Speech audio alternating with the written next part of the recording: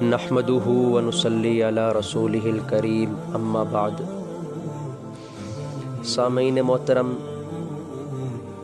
نماز کی اہمیت اور فضیلت کے سلسلہ میں ابھی تک میں نے جو آپ کے سامنے بیان کیا ہے وہ نماز کی اہمیت کے متعلق تھا۔ آئیے اب ذرا نماز کی فضیلت پر کچھ باتیں ہو جائیں۔ نماز کی سب سے بڑی فضیلت تو یہ ہے کہ نماز گناہوں کا کفارہ ہے۔ مشہور صحابی حضرت ابو ذر رضی اللہ عنہ راوی ہیں کہ ان النبی صلی اللہ علیہ وسلم حرج فی الشتاء والفرق یتہافت۔ امام الانبیاء صلی اللہ علیہ وسلم خزاں کے موسم میں، پت جھڑ کے موسم میں باہر تشریف لائے۔ موسم ایسا تھا کہ درختوں کے پتے کثرت کے ساتھ گر رہے تھے۔ آپ نے بھی دیکھا ہوگا کہ سردی کے موسم میں درختوں سے پتے کثرت کے ساتھ گرتے ہیں، بلکہ بعض درختوں پر تو ایک پتا بھی باقی نہیں رہتا۔ ابو ذر کہتے ہیں فَأَخَذَ بِفُصْنٍ مِّن شَجَرَةٍ قَالَ فَجَعَلَ ذَلِكَ الْوَرْقُ يَتَهَافَتُ۔ آپ نے درخت کی ایک ٹہنی کو پکڑ کر ہلایا، اس درخت کے پتے اور زیادہ کثرت سے ساتھ گرنے لگے۔ پھر امام الانبیاء صلی اللہ علیہ وسلم نے فرمایا، اے ابو ذر، ان العبد المسلم لیصلی الصلاة یرید وجہ اللہ فتہافت عنہ ذنوبہ کما تہافت ھذا الورق عن ہذہ الشجرہ۔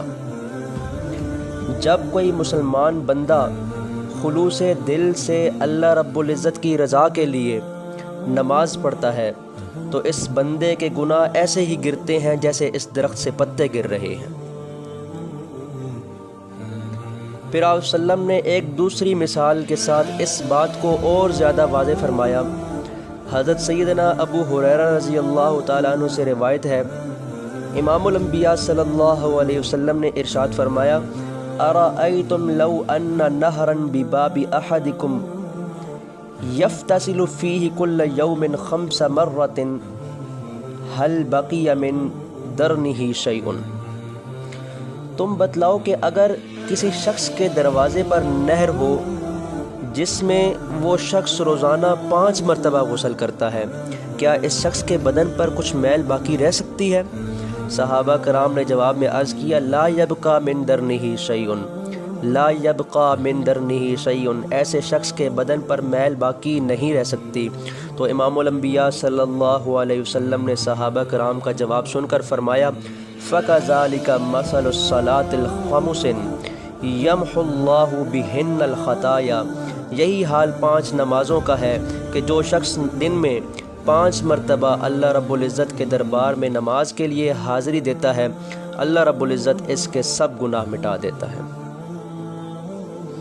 یہاں پر ایک مسئلے کی وضاحت کرتا چلوں کہ یہ جو احادیث میں نے آپ کے سامنے بیان کی ہیں تو یہ بات ذہن میں رہے کہ ان میں مٹنے والے اور معاف ہونے والے گناہوں سے مراد صغیرہ گناہ ہیں، چھوٹے چھوٹے گناہ، اس لیے کہ کبیرہ گناہ بغیر استغفار اور بغیر توبہ کے معاف نہیں ہوتے۔ تو اسی لیے نماز ادا کرنے کے ساتھ ساتھ توبہ اور استغفار کا بھی اہتمام لازماً کرنا چاہیے تاکہ صغیرہ اور کبیرہ گناہ سب کے سب معاف ہو جائیں۔ اللہ تعالی ہمیں گناہوں سے بچنے کی توفیق عطا فرمائے۔ وما علینا الا البلاغ المبین۔